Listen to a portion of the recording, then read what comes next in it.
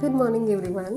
ಇವತ್ತಿನ breakfast special ಏನಂತ ಹೇಳಿದ್ರೆ ನನ್ನ ಪರ್ಸ್ನಲ್ ಫೇವ್ರೆಟ್ ಆಲೂ ಪರಾಟ ನೋಡಿ ಎಷ್ಟು ಚೆನ್ನಾಗಿ ಬಂದಿದೆ, ಪರ್ಫೆಕ್ಟಾಗಿ ಬಂದಿದೆ, ಎಲ್ಲೂ ಓಪನ್ ಆಗಿಲ್ಲ.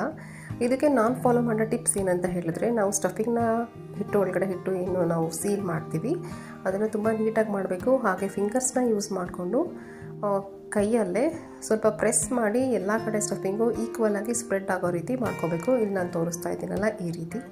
ಇನ್ನೊಂದು ಇಂಪಾರ್ಟೆಂಟ್ ಟಿಪ್ಸ್ ಏನಂದರೆ, ನಾವು ಸ್ಟಫಿಂಗ್ನ ಏನು ರೆಡಿ ಮಾಡ್ಕೊಳ್ತೀವಿ ಚೆನ್ನಾಗಿ ಸ್ಮ್ಯಾಶ್ ಮಾಡಬೇಕು.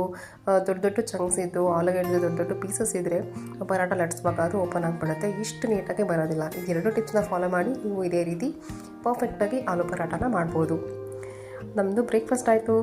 ನಾವು ಕೋಲಿಗೆ ಸ್ನಾನ ಮಾಡಿಸಿದ್ದೆ. ಅವಳು ದೇವರಿಗೆ ನಮಸ್ಕಾರ ಮಾಡೋದೊಂದು ಅಭ್ಯಾಸ ಮಾಡಿಸಿದ್ದೀನಿ ಸ್ನಾನ ಆದ ತಕ್ಷಣವೇ. ಅದನ್ನು ಮುಗಿಸಿ ಅವಳು ಅವ್ರ ಅಮ್ಮಮ್ಮ ಜೊತೆ ಪ್ಲ್ಯಾಂಟ್ಸ್ಗೆ ನೀರು ಹಾಕ್ತಾ ಇದ್ದಾಳೆ. ಇದು ಅವಳು ಫೇವ್ರೆಟ್ ಕೆಲಸ ಅಂತಲೇ ಹೇಳ್ಬೋದು. That's it for today's video. Bye bye. Take care.